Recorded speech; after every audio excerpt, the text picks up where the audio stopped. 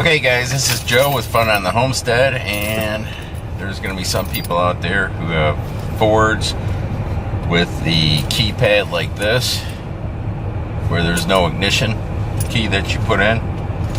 You just hit a button, just like I just did. And I'm going to show you how to save some money so you don't have to pay a tow bill when the battery dies in one of these. This is a 2010 SHO Taurus. And I'm actually going to take the battery out and still start the car.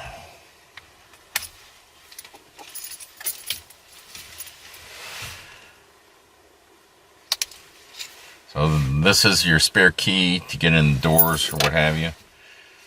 The battery is inside here. There's a little slot that I just put the knife in and popped open. So it's open.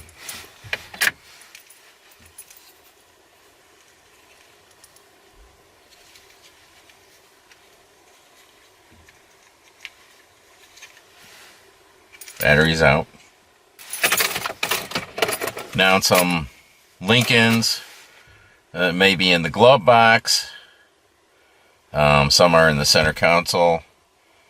They're in the center console, but they're in a different location in the center console than the Taurus. So you just have to see for your vehicle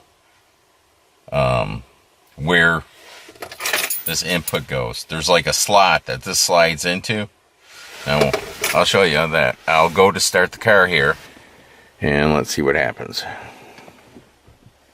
So. See, it says no key detected. Do it again. No key detected. Okay. Now mind you, the battery is out. Open the center console. Pull this out. And if you look inside the center console, there's a slot right here. Open that up. That is where your key goes. There's no battery in there.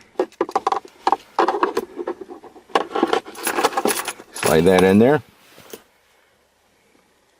Just says so. Now, watch the car magically start. And you can drive the car wherever you need to go then.